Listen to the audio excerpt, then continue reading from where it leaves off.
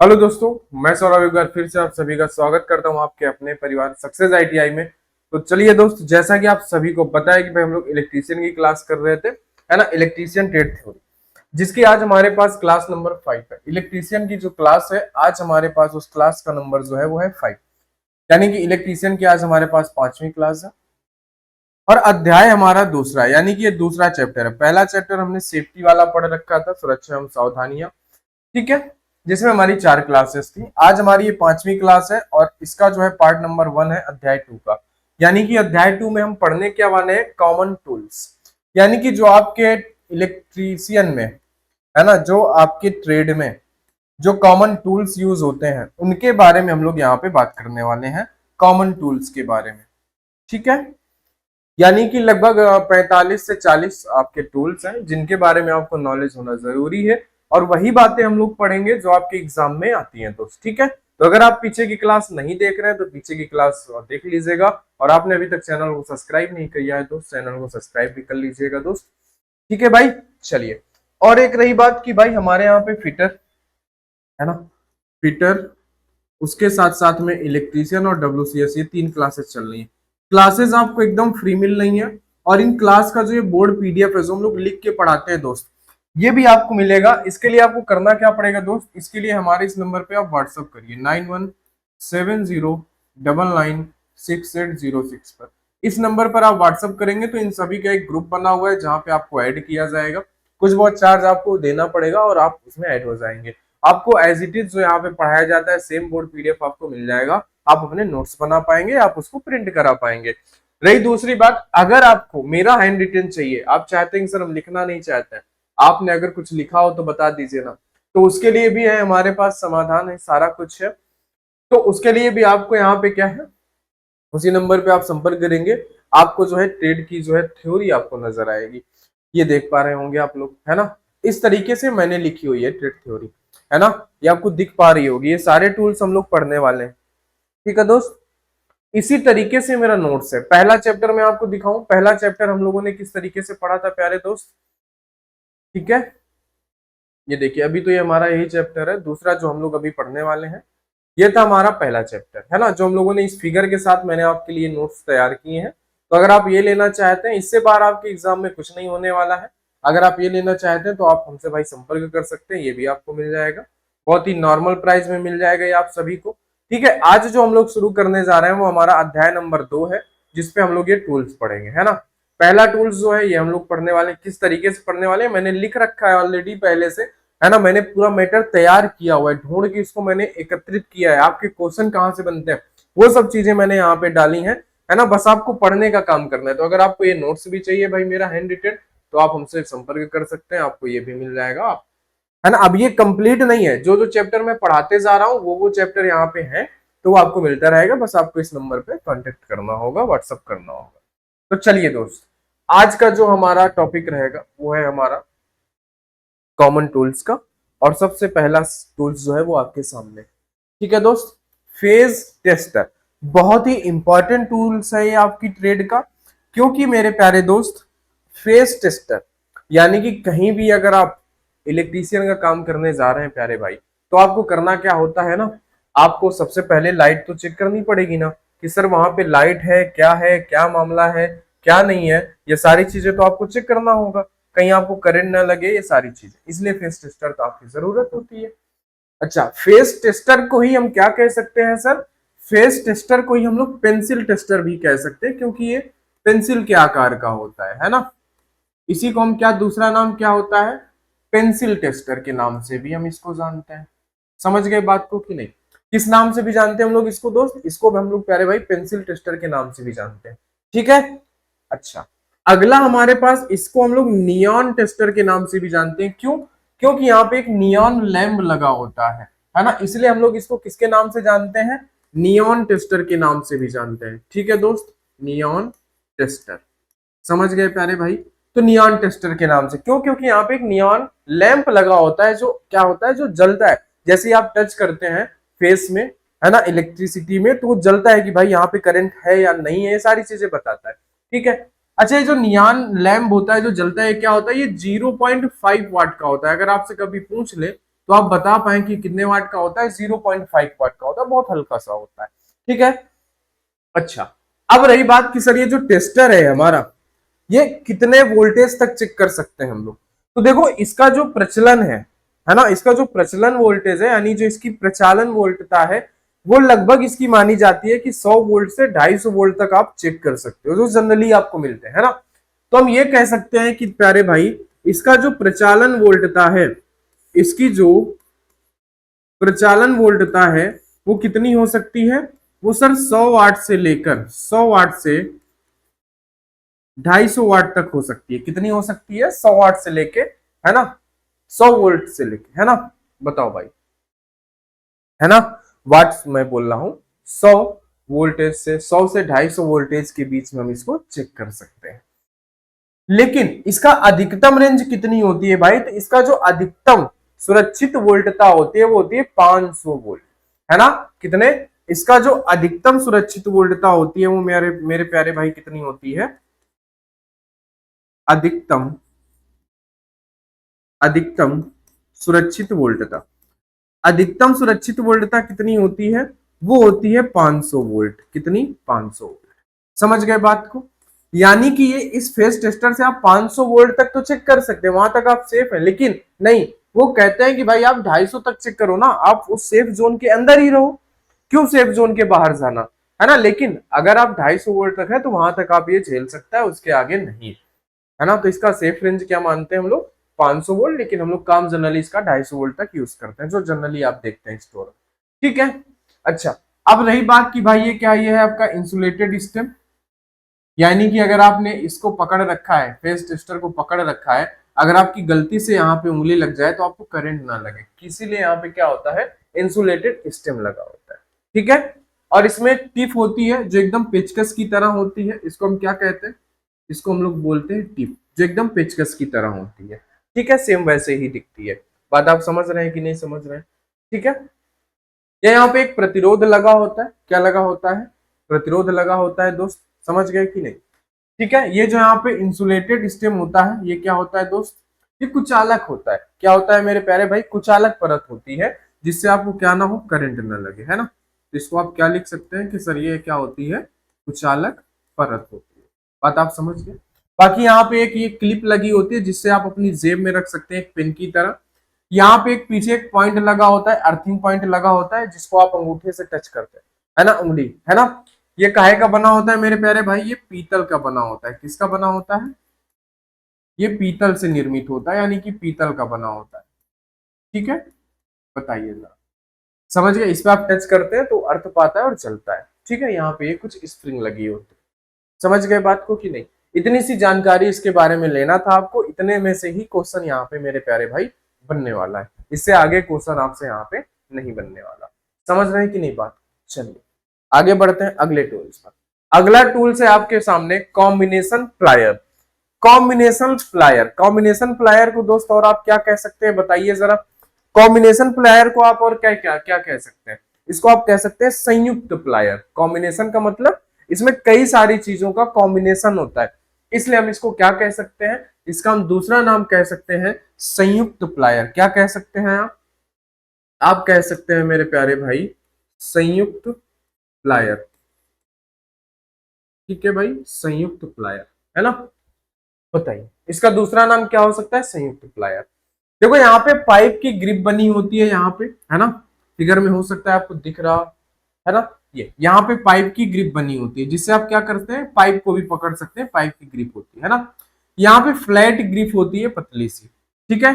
ये आपके चलित जबड़े होते हैं जो मूव करते हैं। और यहाँ पे एक साइड कटर होता है, जिससे आप छोटे मोटे तार काट सकते हैं, साइड कटर होता है ना। बताओ समझ गए कि नहीं, साइड कटर होता है। यहाँ पे हमारे पास एक जॉइंट कटर होता है, जिससे आप क्या कर सकते हैं, जॉइंट को काट सकते हैं, है ना।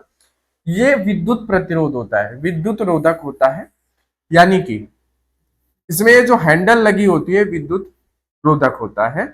इसके ऊपर जो, सॉरी ये हैंडल तो है, इसके ऊपर जो एक कवर लगा होता है एक प्लास्टिक का, ये विद्युत रोधक होता है, जिससे आपको क्या ना हो, करंट ना लगे। ठीक है, समझ गए बात को कि नहीं। चलिए ये तो आप समझ गए फिगर के बारे में। रही बात कॉम्बिनेशन प्लायर का दूसरा नाम क्या होता है, संयुक्त प्लायर, है ना। अगर हम बात करें कि सर इसकी लंबाई कितनी होती है, तो आप कहेंगे सर इसकी लंबाई ना 150 mm से 200 mm के बीच में होती है।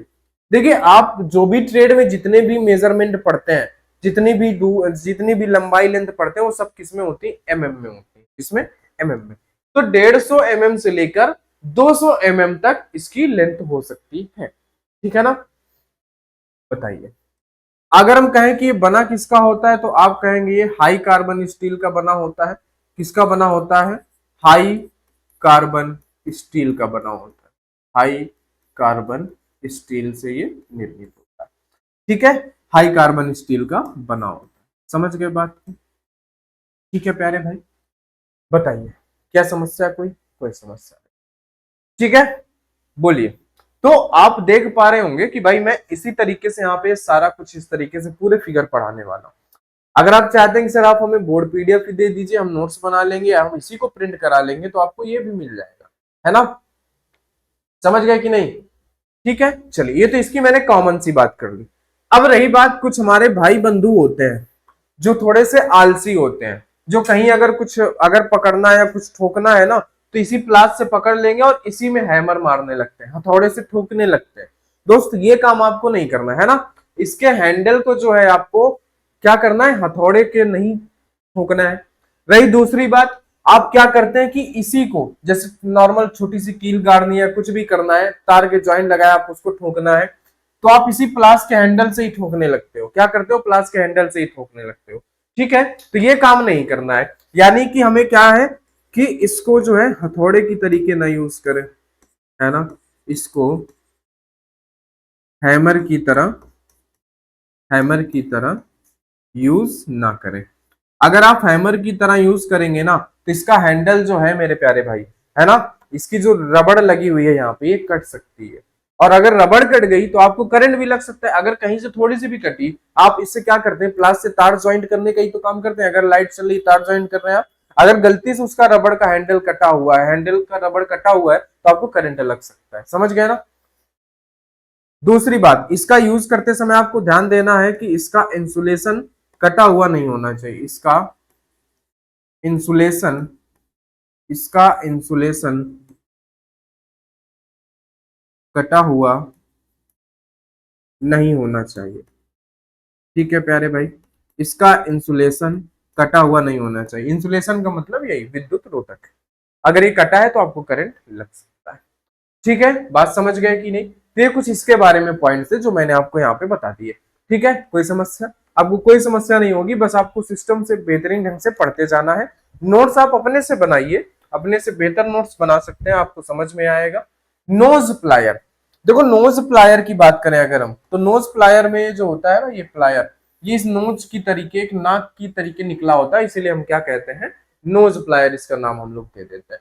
ठीक है, बताइए जरा। अगर मैं बात करूं कि सर इसका लेंथ कितना होता है, तो आप कहेंगे सर इसकी लंबाई जो होती है वो होती है 150 mm।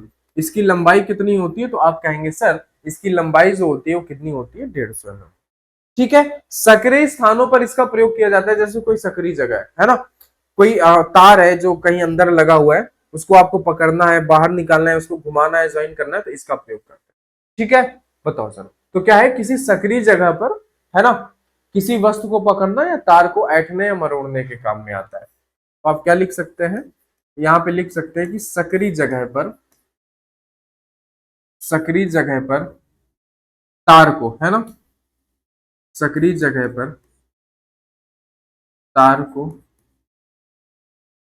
ऐंठना व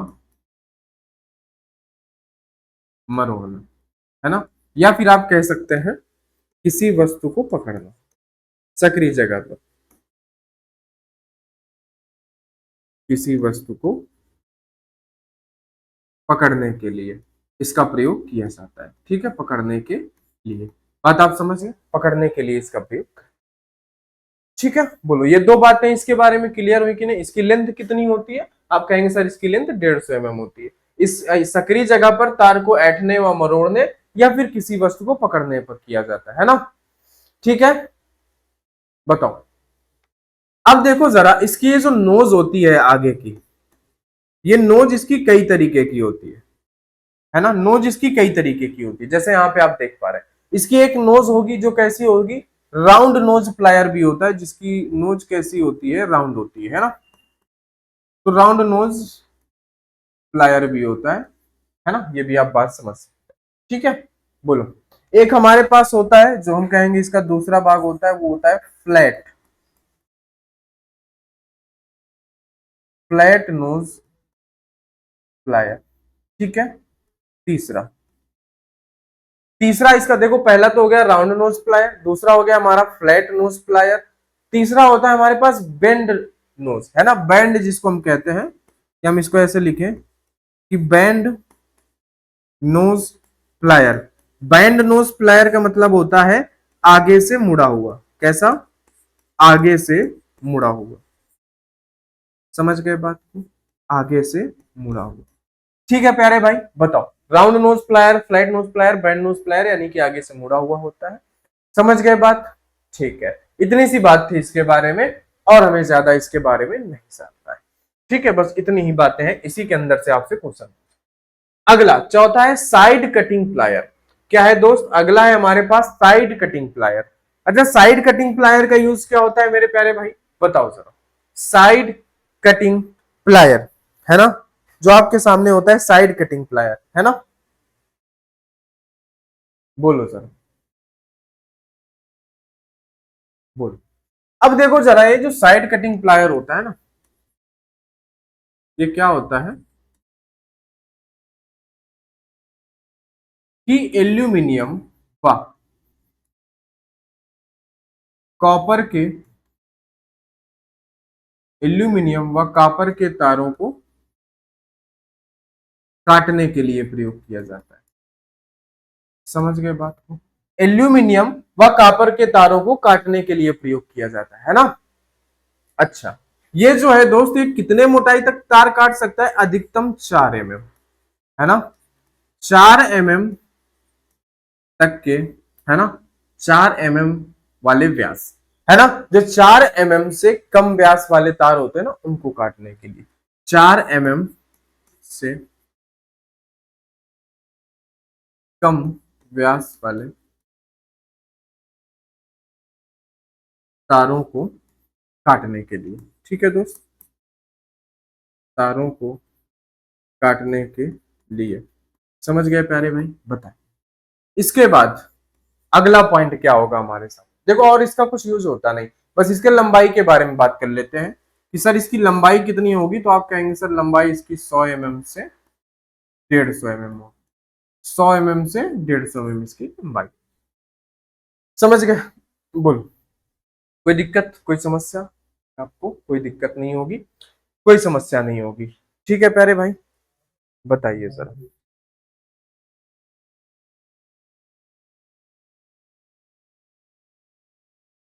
चलिए, है ना,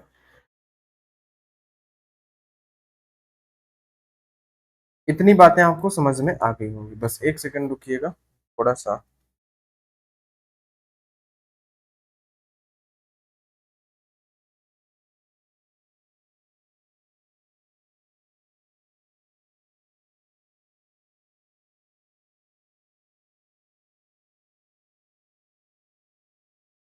चलिए भाई, तो इतनी बात आपको समझ में आ गई। ठीक है, पेन कहाँ रख दिया भाई। चलिए, इसके बारे में भी हमने बात कर ली, चलते हैं अगले टूल्स के बारे में। अगला टूल्स हमारे पास क्या है, इलेक्ट्रीशियन चाकू।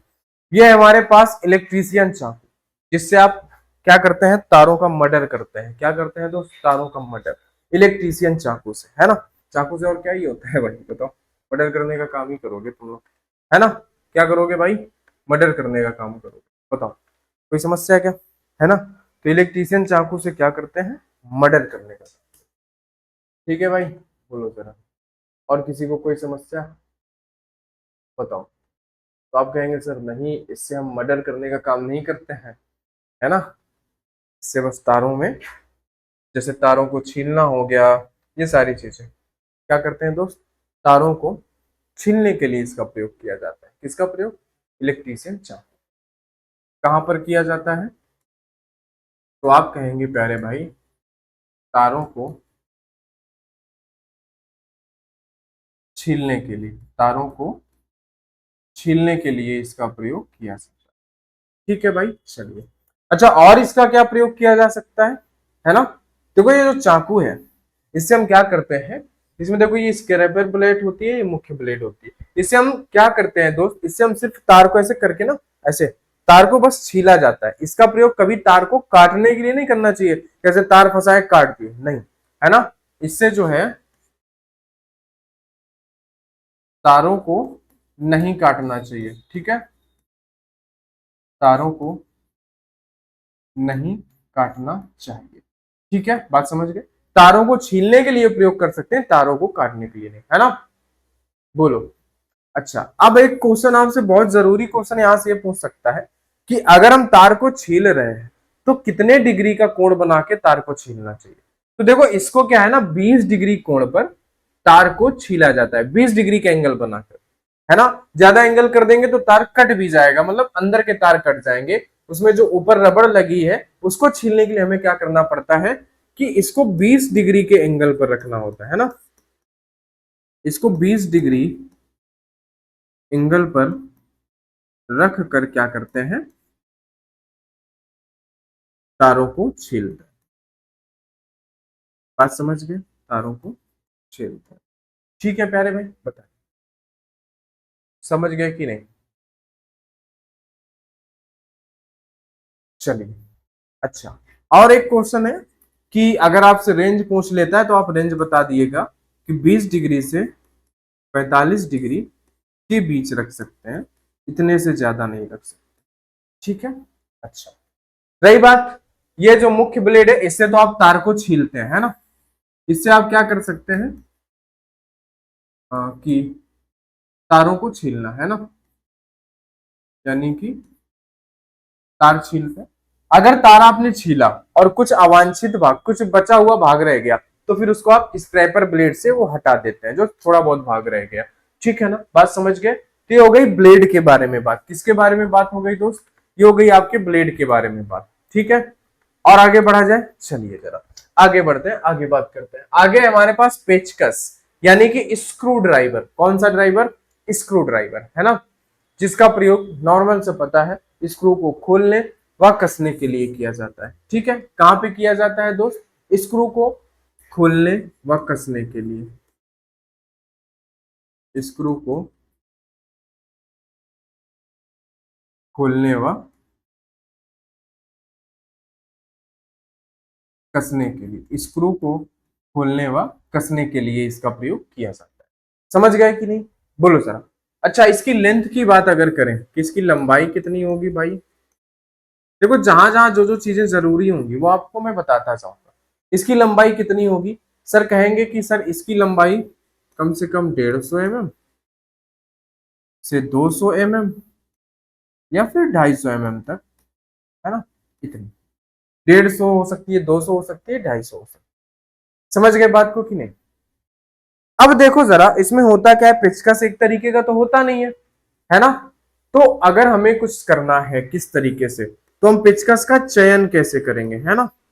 इसका हम चयन कैसे करेंगे प्यारे भाई? तो इसका आप चयन कैसे कर सकते हैं दोस्त? इसका चयन टिप के आधार पर, जो आगे की ये टिप होती है, इसके आधार पर आप इसका चयन कर सकते हैं, है ना? चयन आप टिप के आधार पर करेंगे कि भाई किस तरीके का स्क्रू लगा हुआ है उसके हिसाब से, ठीक है? बोलो जरा। टिप के हिसाब से करेंगे या फिर आप क्या करेंगे कि लंबाई के हिसाब से, है ना? लंबाई के आधार पर, लंबाई के आधार पर, ठीक है? बात आप समझ गए? चलिए आगे बढ़ते हैं, आगे की बात समझते हैं। आगे है हमारे पास हैमर, हथौड़ा। हैमर की बात करेंगे, है ना? हथौड़े की बात करेंगे आगे हम भाई, ठीक है? बताइए। हैमर देखो बहुत ही नॉर्मल सी चीज है। हैमर से हम क्या करते हैं भाई? ठोकने पीटने का काम करते हैं और कुछ नहीं करते, है ना? ठीक है, बताओ सर। बोलिए सर। अच्छा, अब बात करते हैं कि सर ये हैमर है, लेकिन हम पढ़ तो रहे इलेक्ट्रीशियन ट्रेड। तो देखो जरा दोस्त, जो इलेक्ट्रीशियन वाला हैमर होता है ना, है ना, तो उसका भार कितना होना चाहिए? सबसे पहली बात, भाई ज्यादा भारी हैमर तो आप यूज कर नहीं सकते हो, तो लगभग वो कितना होना चाहिए कि सर इसका भार ना 250 ग्राम से 400 ग्राम तक चलेगा, इसके ऊपर नहीं होना चाहिए। जो इलेक्ट्रीशियन का हैमर है 250 ग्राम से 400 ग्राम तक भार है तो ठीक है ना। बोलो जरा। अच्छा, और अगर मैं बात करूं कि सर ये बना किसका होता है, तो आप कहेंगे सर ये बना होता है कास्ट आयरन से निर्मित होता है। सामान्यतया किससे बना होता है? कास्ट आयरन से बना होता है। ठीक है, इसका कास्ट आयरन से निर्मित होता है।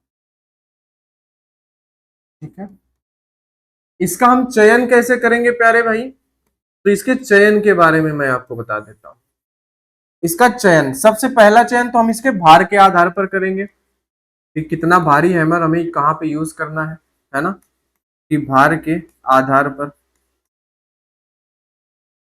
दूसरा हमारा होता है इसका आकार के आधार पर।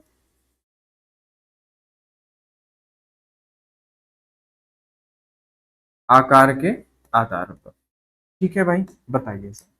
भार के आधार पर और आकार के आधार पर, क्योंकि ये कई तरीके के हैमर होते हैं, ball pin hammer, cross pin hammer, है ना, फ्लैट हैमर, कई तरीके के होते हैं। ठीक है, बताइए जरा। तो आकार के आधार पर आप क्या कर सकते हैं कि जैसे कि हो गया बॉल पिन हैमर। ठीक है, और क्या हो गया हमारा, जैसे कि क्रॉस पिन हैमर, और हमारे पास क्या हो गया तीसरा, जैसे कि फ्लैट हैमर।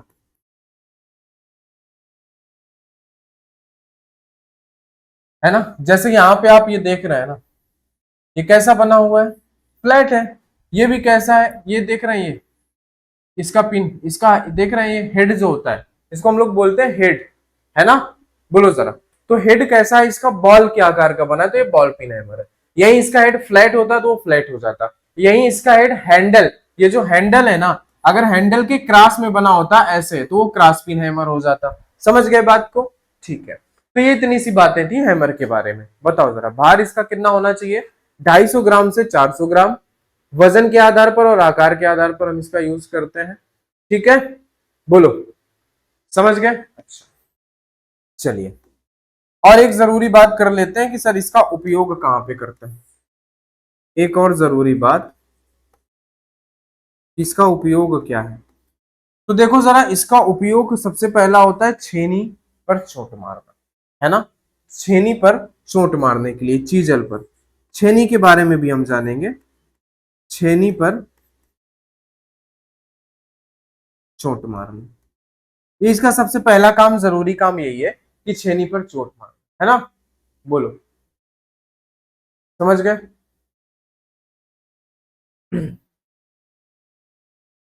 ठीक है, बताइए। या तो फिर जैसे कि आप क्या करते हैं, जैसे आपने तार लगाए, तार के ऊपर जो आप गिट्टियां लगाते हैं, है ना, गिट्टियां लगाने के लिए जो छोटी छोटी सी पेच आप लगाते हैं जिससे तार हमारा इधर उधर ना फैले।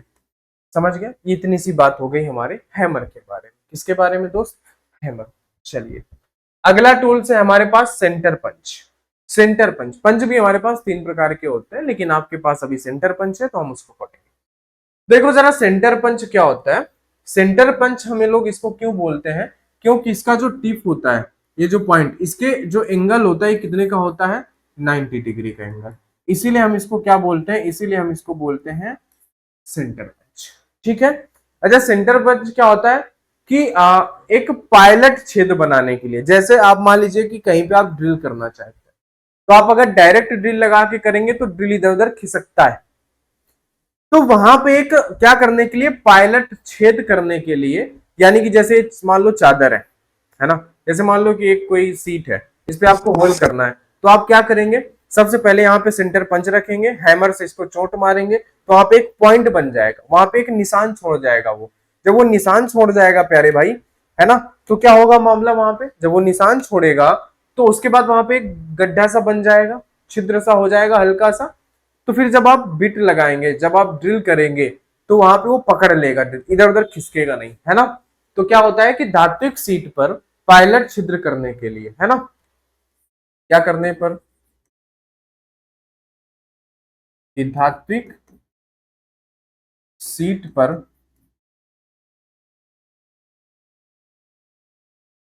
पायलट छिद्र करने के लिए, पायलट छिद्र करने के लिए, है ना, धात्विक सीट पर पायलट छिद्र करने के लिए। ठीक है, समझ गया कि नहीं बात को। और इसका जो एंगल होता है 90 डिग्री कोण पर स्थापित होता है ना। इसका जो पॉइंट होता है, पॉइंट का एंगल कितना होता है, 90 डिग्री का एंगल होता है बस, और इसमें कोई खास बात नहीं है, बस इतनी सी बात। ठीक है, बोल। ये टूल होल्डर है। टूल होल्डर का मतलब होता है कि अगर आप पंच यहाँ पे पकड़े तो यहाँ पे कुछ ऐसे स्लॉट कटे होते हैं, यानी कुछ खुरदरा सपन होता है जिससे आपके हाथ से पंच फिसले नहीं। अगर पूरा चिकना होगा तो क्या हो सकता है,